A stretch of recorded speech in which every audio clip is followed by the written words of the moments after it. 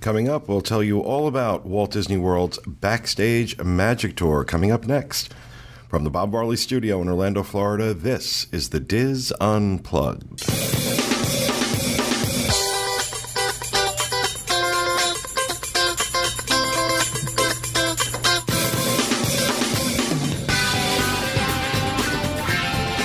This is the Diz Unplugged, episode 697 for the week of April 15th, 2014. The Diz Unplugged is brought to you by Dreams Unlimited Travel, experts at helping you plan the perfect Disney vacation. Visit them on the web at www.dreamsunlimitedtravel.com. Hello, everyone, and welcome to the show, coming to you live from the Bob Varley Studio in Orlando, Florida. I am your host, Pete Werner, joined at the table this week by our producer, Dustin West. Associate producer Sean Thompson. Lovely and talented Teresa Eccles. Lovely and talented Kathy Warling. And Mr. Happiness, Fred Williams. As he scowls at you from his place, his perch of misery. Looks like a skinny walrus with that mustache. Whoa. I like the mustache. Thank you, Kathy. And the cheese stands alone. Some of you have been asking that we start reviewing some of the tours that are available at Walt Disney World, and we thought we would start with the biggest and most expensive of the tours Disney offers, the Backstage Magic Tour. Now, I'll just read you the official description from Disney of this tour. Do 4 Disney parks in a day in this 7-hour tour. It's a must for the avid Disney fan, giving you an insider's look at all 4 theme parks and then some. Pull back the curtain and discover the heritage, secrets, and daily operations of the Walt Disney World Resort. At Epcot, explore the inner workings of the American adventure, the patriotic... Oh, I'm not going to read all this. Basically, you do all 4 parks in a day. The cost on this is $249 per person.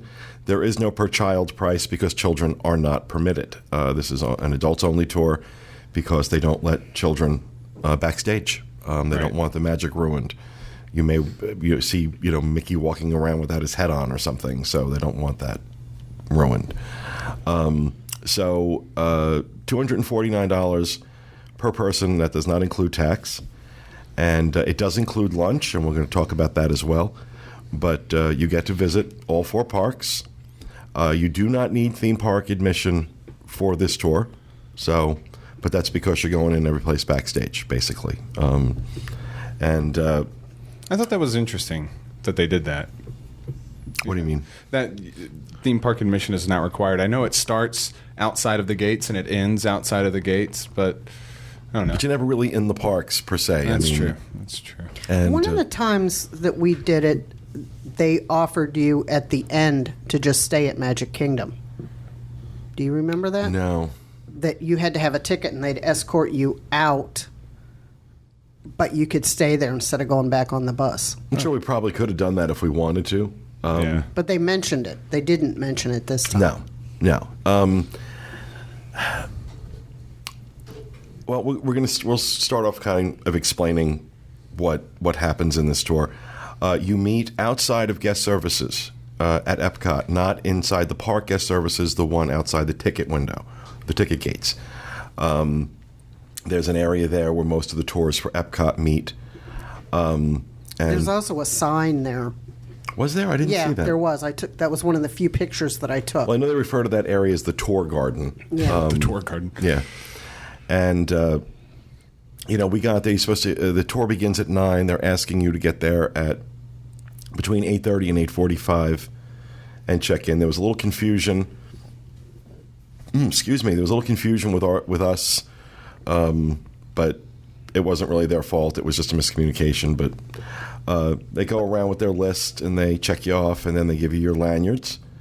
And at some point, usually when you get on the bus, they give you your earpieces and your little receiver so that you can hear them talking. I would recommend bringing your own headphones if they're more comfortable for you than this big thing that clips around your ear. Yeah, you got to like pull your ear through this thing. They had left a message for us saying you could bring your own, and I meant to, and I regretted it after I didn't, because there were some other people on our tour that had like their iPhone headphones in, which are so much more comfortable, and I would have preferred. And I would also say bring your confirmation number just in case. Yeah. Any emails or confirmation? Yeah, make sure you have your confirmation number, because that seemed to be an issue for at least one group on our tour.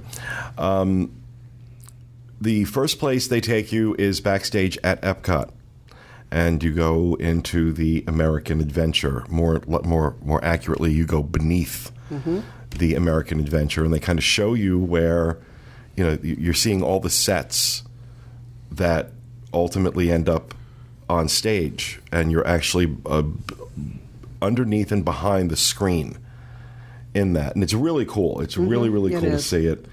And they actually demonstrated like the sets moving, didn't they? They were going to. They were going to. They were staging them. Yeah. I had known that this was a portion of the tour going into it, and I don't know what I had imagined. The backstage of American Adventure show looked like, but this was nothing like what I imagined. Oh, really? The sheer size of it kind of blew me away. And you can't really even see a lot of it where it's at, because it's sort of like down the tunnel. Yeah. Yeah, it's huge though. I mean, it's a massive apparatus that they have to use to literally like just keep changing out these sets for different points in the film. So you begin there, and then you kind of go outside of American Adventure, and they talk about the architecture of the building, kind of give you insights like that. They talk about some of the Imagineering process that went into creating the attraction. They give you a lot of fun facts and trivia, and some of that it was new for me. Some of it wasn't. Some of it was wrong. If you're a huge Disney fan, like all of us are, that have been hearing these trivia facts for years, finding them on the boards or sites like ours, some of that stuff, you'll say, I've heard this before, and some of it maybe you haven't. But didn't you sort of feel bad when they'd like ask a question, and it was usually one of us three that knew the answer? Under our breath, like Well, a couple times I said it because like nobody else was saying anything, and it's like, okay, I'll raise my hand, but it's like. Teacher's pet. Yeah, it's like I would have thought he would have figured out pretty soon that maybe we're Disney. So he was asking the entire group a question. Like right. on the bus. And this was a large group. We had about 30 people. We had to split up into two groups. Anytime they took us like on the ground into the actual locations, there were two tour guides, and half the group went with one person, half the group went the other way. What were our guys? It was Amanda and Ralph. Yes. Amanda was from the Disney Institute. Ralph was from the Youth Education Series, also known as Yes. And those were our... He was a yes man. He was a yes man. Were there different frequencies on your headset so you could listen to either one of them? No, they just... Ralph's group had one frequency, and Amanda's had different. And then sometimes we went with the whole group. The whole group went together, and he would wear both microphones. Oh, I was wondering how that would work. Okay. But from the American Adventure, we went over to Hollywood Studios to creative costuming. And this is where it started getting a little interesting for me. They were, Dustin and I were both wearing our Google Glass. Oh, yes. And they had like a little meltdown that, oh no, you can't have Google Glass even showing. You have to fold it up and put it in your pocket. Well, Google Glass does not fold up. And at first, it was okay that it was in Kathy's backpack, because neither Dustin and I had any kind of bag, so... Of course, that's the day that we wanted. Let's not bring anything. We want to go light that day. Well, no, we had our cameras with us. Yeah, but we didn't have our bags or anything. Right. Yeah. Now, on this tour, they specifically tell you that backstage you cannot take any pictures, but you are encouraged to bring a camera and take pictures other places, like when you're not backstage. Right. Here's the problem. You're really, with the exception of when you get to the Magic Kingdom, you're never not backstage. And we get to creative costuming, and they tell us we have to leave our cameras on the bus. And, at least where Dustin and I are concerned, the cameras that we're carrying are, with the lenses about over $3,000 each. And even on the ABD trips, I don't leave my equipment on buses. I just don't do it. It's a thing. I'm sure it would have been safe, but I basically, I didn't make a scene or anything. The bus driver will stay with the bus at all times. And, and I'm going to tell you something. I've heard that a million times, and I cannot tell you the number of times that I have come out to a bus off schedule, and the bus driver wasn't there, and the bus was wide open. And it's happened a couple times to me, and on excursions, and once on an ABD tour. And I pitched a fit. Don't sit here and tell us to leave our bags and our wallets and our cameras sitting on this bus. Oh, and the driver never leaves the bus. Well, yeah, they do. So I don't go by that. So, like I said, I did not make a scene or get upset. I just basically said to Dustin, I've seen creative costuming. You guys go. You and Kathy go. And I'm staying with the cameras. I'm staying with the cameras. But next time, don't bother even bringing. Don't even bother. That's my point here. Yeah. Don't even bother bringing a camera on this tour. There's no point. There's no point. You can't take pictures of anything. You can't take video of anything. That's why we really have no pictures or video to show you. Normally, when we do one of these, we would have some kind of package put together to show you. We couldn't put one together because there was nothing that we were allowed to film, which I understand completely. But Disney would just do much better telling people, the only camera you should bring with you is your cell phone. Right. Honestly. That was what you always have it with you, and anything that can fit in your pocket is fine. If you have a little point and shoot that you want to have maybe later in the day, bring that. Don't bring a big expensive camera because you'll have that feeling that we had of we can't carry this around and we have to leave it on the bus, and you'll just be paranoid. Or if you are going to do that, bring a backpack and lug the weight around. So talk about creative costuming. I really enjoyed creative costuming. When you first went in, you got to see, and I don't want to spoil anything, but you got to see some older costumes they had on display from different parts of the park's history. So that was pretty cool. And in the backlot tour itself, when you take the tram ride on the backlot tour, you go past a window that is creative costuming. And you fly by it. This time, we got a chance to really walk around in there, and we even saw the tram on the other side of the glass go by, and I was amazed that it was like silent. They soundproofed that really well. But these guys, it's one of those things. Going on the backlot tour, you always have in your mind like, okay, is this really like where they do all the creative stuff? Is this more for show? Is this just a branch of the real department that we're not Showroom, seeing? yeah. Is this the showroom? And there's more rooms than what you see on the backlot tour, but the room you do see is their big like warehouse where all the real work, the tactile work, gets done, and it's huge, and the machinery in there is really cool. Personally, I'm not too interested in costuming. I think some of the more historical things that were in there are really cool. I don't know, Kathy, what did you think? I would say just I used to sew. I appreciated that, but when they had that display like on the wall where they showed you the details that went into the costumes and some of the accessories, that again is what I like, because it's like it's the little things, it's the attention to detail that they put on some of the costumes that you're there like nowhere else could you go that Disney would do something like that. And they were talking about how you could, like, if you're whatever your costume is, they'll make several for you, and then you're the only one that wears that costume. Custom fit, especially it's not for like some of the somebody on characters. second shift comes in and wears that costume. It's yours. But it was interesting. I mean, it was a little bit different this time than times I've done in the past, but it's still interesting to see what they show you. My impression of it was, okay, this isn't just the showroom. This is the real deal. Right. And I was very, very pleased to have had that experience. Now, from creative costuming, we went over to the Tower of Terror. Yeah. And while technically we were backstage and technically at the Tower of Terror, we really were just taken into what I would consider almost a garage, where the spare car, one of the spare cars they keep on hand is located. One of their maintenance rooms. Just kind of talk about, again, we're not going to give away a lot of details on this tour of what they tell us, because that would ruin it for you guys if you're planning to do the tour. But it was interesting. It was interesting to see it. And again, all along the way, they're kind of giving you these tidbits, these facts and figures and history and trivia about the attraction, about things that went into the attraction. Always interesting. For me, I've done this tour. This is the third time I've done it.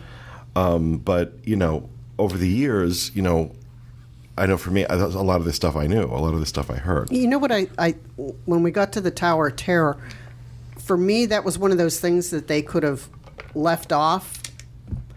Now, one of the times that I did it, or maybe the two other times I did it, they took you backstage at Epcot, and you got to go in the room where the cast members go and get their costumes. Yeah, I did that. Yeah, that was a lot more interesting. Yes, and then they showed you another room where they did like the hair and the makeup. That's now Undiscovered Future World. Okay, maybe that's it. But it's like that meant more to me. Like if I'm trying to see, you know how everybody's always curious about what happens backstage. It's more day-to-day operation kind of stuff. But it's like, people are curious. Like when we saw that car from Tower of Terror, it's like, okay, it's a car from Like I said, it's the garage where they hold the extra. One thing that did happen at the Tower of Terror, we had a very quiet group.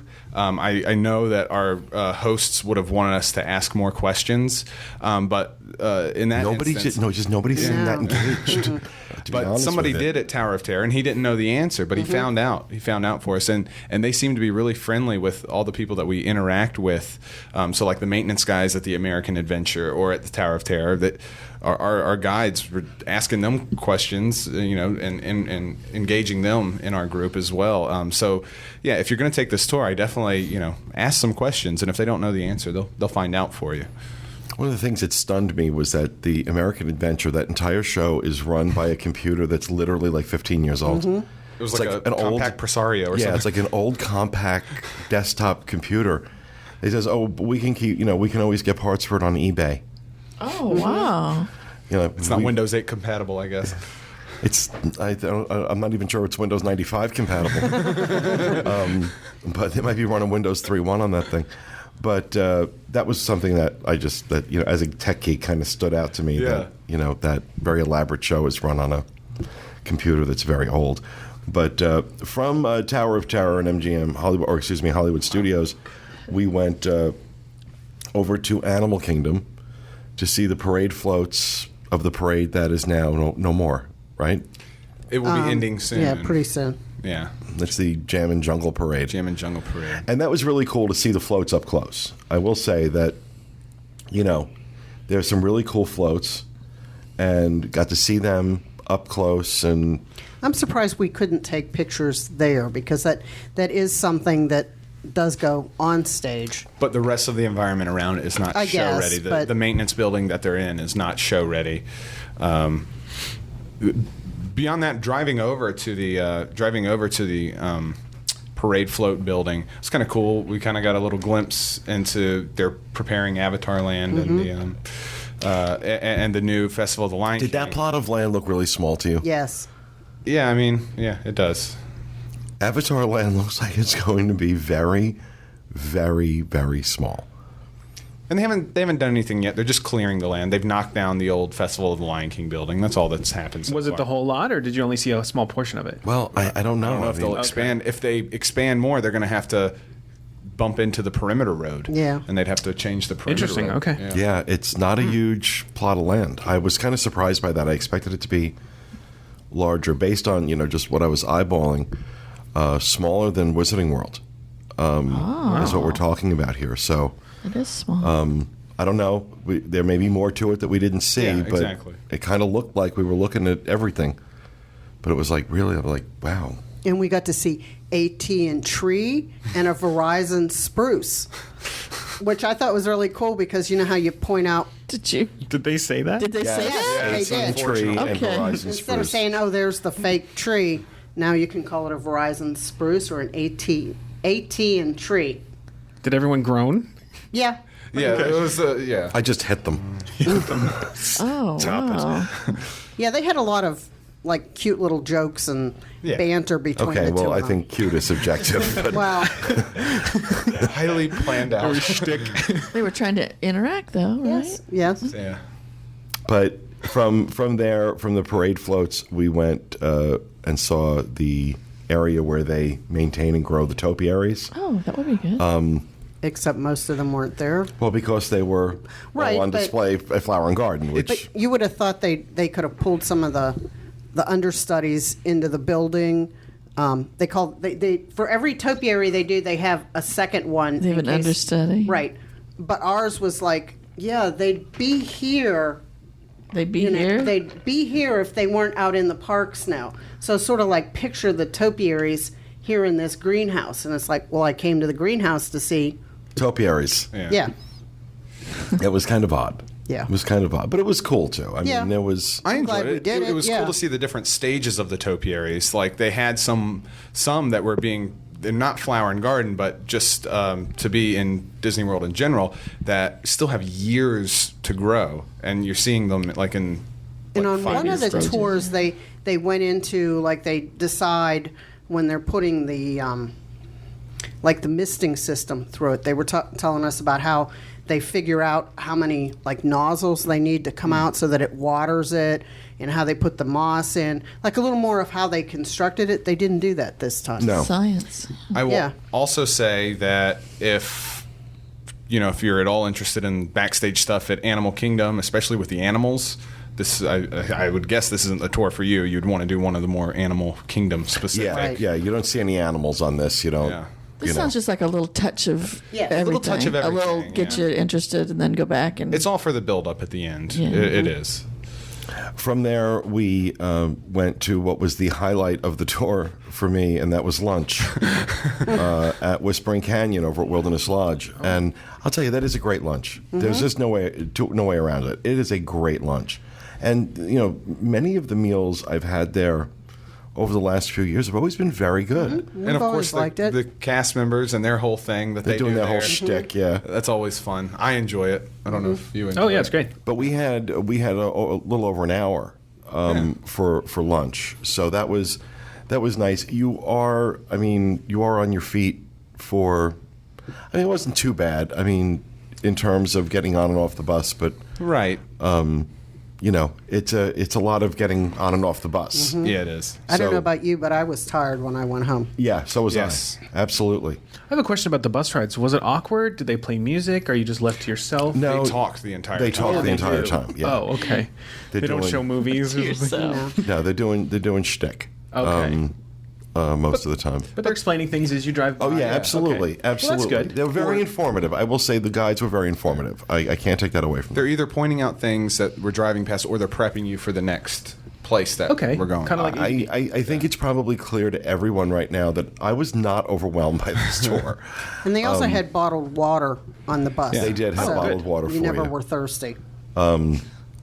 But after Whispering Canyon, we headed over to what is known as Central Shops, which is where a lot of the rehab work is done on ride vehicles and different things. A lot of things are the painting process, the Maintenance. So this is in the area back behind Magic Kingdom, where Disney University is, where their Christmas shop and their monorail maintenance area is. It's in that area, that backstage area, and this is. I really enjoyed this Yeah. one. When you're backstage, is there a lot of hustle and bustle going on and people running about with props and stuff? Everyone's singing. They're carrying hat boxes. It's not a Broadway production. No, but I'm just, is there people are working, right? Well, Hat do you see boxes. that? Yeah. it's cast. There are cast members doing Going doing their about their jobs. Mostly daily you see people on drudgery. break. But is- Yeah. It's not it's not a scene at a Sunset Boulevard either. In the one spot, where were we? In one of the Oh, rooms, God. and the lady was working on a head or whatever it was, and then it must have been her break time. Do you remember that? And here's this whole group standing there, and she like got up and went on her break. Do you remember that? Was that in No. Central Shops? Yeah, yeah. Because I'm there like everybody's like watching her work on what she was working on. And one of the things I did notice on this is that it almost seemed like they were forbidden to talk to or address the cast members who were working. Like it's at Central We're not allowed Shops, to he talk would to them. he made such a big deal over this one cast member overheard him saying something and then added some information to it, and that's so nice, thank you so much. The scum is coming through, and Thank you for talking to avert your eyes and don't make eye contact with the people in Central Shops. Or it was kind of weird. I think it's just to not distract them from their job. Obviously, you especially. don't want to bother them while they're working, but you know what? If that's a real concern, then don't bring a tour group through. Yeah. A bunch of tourists with The one goggles room on. we went through was like everybody's toolboxes. Oh, we're going to bring you in here. And I'm like, oh, we're going to see something really cool. They're and it's not like, working or anything? no, it's just their toolboxes in their lockers. No, I expected to see bustling people and, Central Shops was active. You know. It was. She really does. Sunset Boulevard. guys with big lights. Let's see how you look. a pane of glass. They're walking with a pane of glass. That old Yes, Hollywood yes. trope. It wasn't Wind as, machines. it wasn't as busy this time. And then they said they said how it works is it starts at one end of the building and it goes to the other end of the building. This is the process of doing something Right. with a piece of equipment or like a ride vehicle. Like every spot has its own. One spot will paint it, one spot will detail it, one spot will do this. Or And then that. they Factory. went, and now there's something down there we can't show you. And it's like, well, if what's you it? can't show me, don't tell me about I it. think they were just putting a Right, roof just on don't a bring building. us there. Right, right. What I was concerned about is when we went in the paint shop, everyone working there was wearing masks, and we weren't. But I love that smell. But you couldn't stay in there for very long. Kathy was huffing. Kathy was huffing paint. We did, I'm sure you did it the one time where you went to see the laundry facility. And again, that doesn't sound as exotic as going through Central Shops. But watching how they process the laundry, I like that much better than Central Shops. What kind of soap did they use? Tide?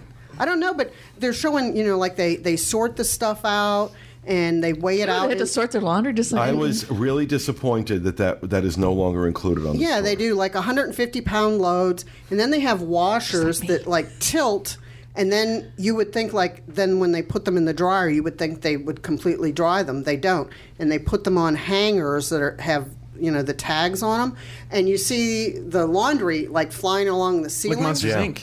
Oh my Yeah, god, very much. That's how that they sounds dry it? fun. Yes, and when it's all done, you'll see like the costumes flying down, and they'll have like size small, medium, and large for cast members at like the Grand Floridian, and then Caribbean Beach, and then they took us in a room where they adjust Wow. the pants. I thought that was way more interesting. That sounds than, exciting. Very, I agree wholeheartedly that I was really disappointed that was not on the tour anymore. I was hoping that it would be.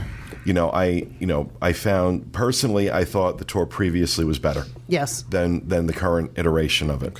Okay. From Central Shops, we headed over to the Magic Kingdom and into the Utilidors, which is always cool. If you've never seen it, it really is cool to go down into the Utilidors. And Oddly enough, this was the one thing on the tour that I had already done. And this is like the big thing at the end for most people. This is the big draw for most people. Really? I would say so. yeah, well, I mean, he kept referring to it. You have arrived at Mecca. Yeah. All right, dial it down. my. Dial it down to 5. Don't get so excited. It's cool. But dial it down a little bit. What were the people doing in the group? I mean, you said they weren't very engaged. Were they Well, excited? really- or? well, it was kind of a bland group, generally Wow. speaking. Yes. I mean, Did you guys pass cast members with lunch boxes walking awkwardly and not making eye contact? Because that's what I used to do to the tour groups. Your Transformers lunchbox? Oh, yeah. Is this where the hustle and bustle starts, right? There's people like It is a lot of movement Yes. down there. There's pargos that you can people get on run over. bicycles riding Again, along. it's to mostly people on break or getting ready to clock in. And a lot of the cast members that we came by, just smiled and said hello. They didn't look awkwardly at the ground and walk past. I would smile. What was your little outfit you didn't like? With my suit and vest and tie, yeah. Well, that sounds fun. breaking out in a song. Yeah, carrying hat boxes. I know when I was a... and barely keeping them level. They're really all attached together. And But we don't know that when the we're thing to watching. remember there Magic too of is movies. we walked up and down the steps. Now there's an elevator there, but it was sort of Yeah. like If you're strong enough to walk, take the steps. So that was a lot of walking up and down. It or was. down and up. And go ahead. Oh, I was just gonna say, I know when I was a cast member, I would smile and wave to people. I'm not a bad person. I did do that. John, I have a question now. I have a question. Okay, so the utilidors are the actual doors, or is it just a? Oh no. No, you know the word corridor?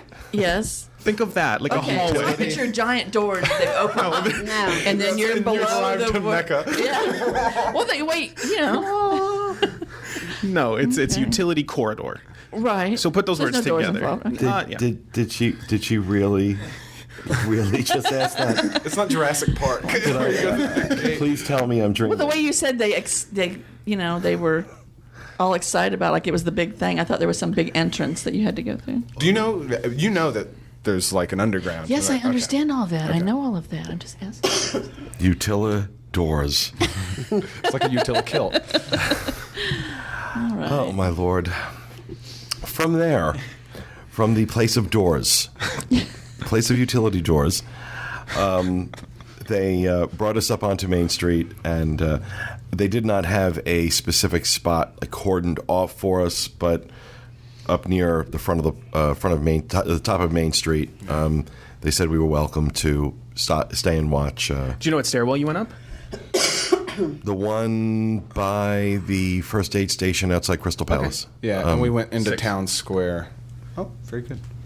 Yeah, and we watched it from Town Square. Yeah. Yeah. And watch the parade, and from there back on the bus and back to Epcot, where they give you a special little gift as you leave the bus. And like I said, in total, this was actually closer to 8 hours that we were on this tour. $250 a person.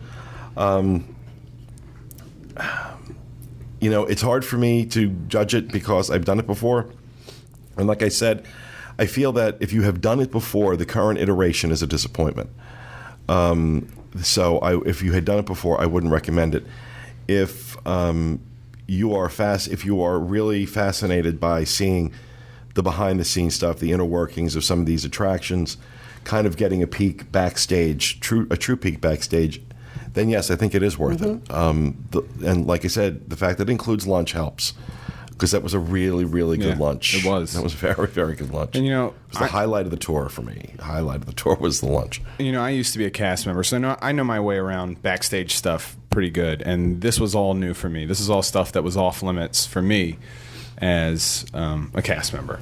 So I was excited about that, and I saw all new stuff, and I really enjoyed it. Having never done the tour before, I really did enjoy my time doing that. And lunch was the highlight. Yeah, I think if you're into the details, or you've always wondered about backstage or the utilidors, then take the tour. But if you've done it before, like you said, I thought previous versions were much better. Yeah, as Dustin had said to me previously, there are worse ways to spend $250 at Disney World. And I thought our guides were very good. I think there are things they can do to punch this up, not the guides, but Disney, in terms of making it a little bit more appealing and engaging, not taking us to see an empty topiary greenhouse, putting things like the laundry facilities back on the tour, maybe, skipping Tower of Terror because it was kind of pointless. Well, they're going to have to do something once the parade goes away at Animal Kingdom. And I know on one of the tours that we took, one of the tours, they said they always try to switch it up so in case you've ever done it before, it would be a little bit different for you. But they need to do something. If Disney different. is listening at all, find out a way to make it possible for some sort of tour to go inside of the mountain at Expedition Everest. It is the coolest thing you will ever experience in your entire life if you're a theme park not fan. something you're going to be able to do during operating hours. No, unfortunately. Plus the safety involved. I've done Yeah. that tour before. Yeah. And it's a liability having people climb those stairs. Absolutely. Absolutely. But Kathy, worth $250? You'd never done it before. If I'd never done it before and it was change like how it was on like my first one or my second No, you one? have to judge this one. This one? Your No. first time seeing all that stuff? No. No. No. Wow. Dustin? If we're just going on price alone, it's not worth $250 to me. It is as a first timer, it's a really good tour. I think that price tag's a little too high. Look, because you figure you're not going to be going alone, so at least with one other person, you're talking $500. Yeah. Plus tax to do this tour. Me personally, no. I don't think it's worth $250. I think that if they punch this up a little bit, going to that building in Epcot where they have where the cast members actually pick up their costumes and because that they now have that on the Undiscovered Future World Tour, but that used to be on the Backstage Magic Tour that they did that. If they included that, if they just punched it up a little bit more, like I said, the Tower of Terror was pointless. My general feeling is instead of doing the Backstage Magic that encompasses everything, do some of the more specialized ones. I think you get more for your money based on your interests because you'll know exactly what it is you want to see. I also think Disney should be more honest in their marketing about photography. Do your guests a service and tell them, well, you can bring your cameras. There will be very, very limited opportunities to take photos because some people are bringing big cameras like we do. And it's a complete waste. It's a complete and utter waste. And They're going to have to do something with the Google Glass too. They're going to, because I'm sure you're not the only two that ever took that tour with them. And as they get to be more popular, what are you going to do? And the first time somebody's pair of glasses disappear, what's Disney going to do about it? Right. Well, I mean, Google Glass sets up its own challenges, in and of itself. In that, it's a wearable camera for God's sakes, and they're used as sunglasses. So, Right. because I didn't bring another pair of sunglasses with me, I spent most of that tour walking around without sunglasses because I couldn't wear glass. But I also, the onus is on me. I should have realized that. I should have realized that they're not going to let you walk around Backstage. with a camera. But if I could have a camera around my neck walking around backstage, if I could walk around backstage with my cell phone, Right. which has a camera on it, a camera that's much better than the one on Google Glass, I might add. But this is part of just people not understanding what glass is. Yeah. And, it's definitely, where Google Glass is concerned, a lot of times it's just a fire bad sort of reaction from people. But And I would also say, since our tour, nobody asked any questions. If you were on a tour where people were asking questions, I think it would have been a lot better. it might have been better, yeah. Might have been. But overall, I guess we're kind of unanimous that we really don't think it's worth $250, to be honest with you. Sorry. And that's sad. But, it's not I'm not going to say you're wasting money Yeah, it by wasn't doing a it. disaster No. or anything. But just based on what they gave us, on what we saw, I'm leaning towards it's not worth it. If you're somebody who's never done any kind of backstage tour before, and somebody who's really into the inner workings, it might very well be worth it for you. But in our opinion, not worth $250. So that is our review of Walt Disney World's Backstage Magic Tour. We hope you enjoyed it. And we'll be back with you again next week with another edition of the Diz Unplugged. Thanks for being with us, everyone. And remember, please stay out of the damn lakes. Bye.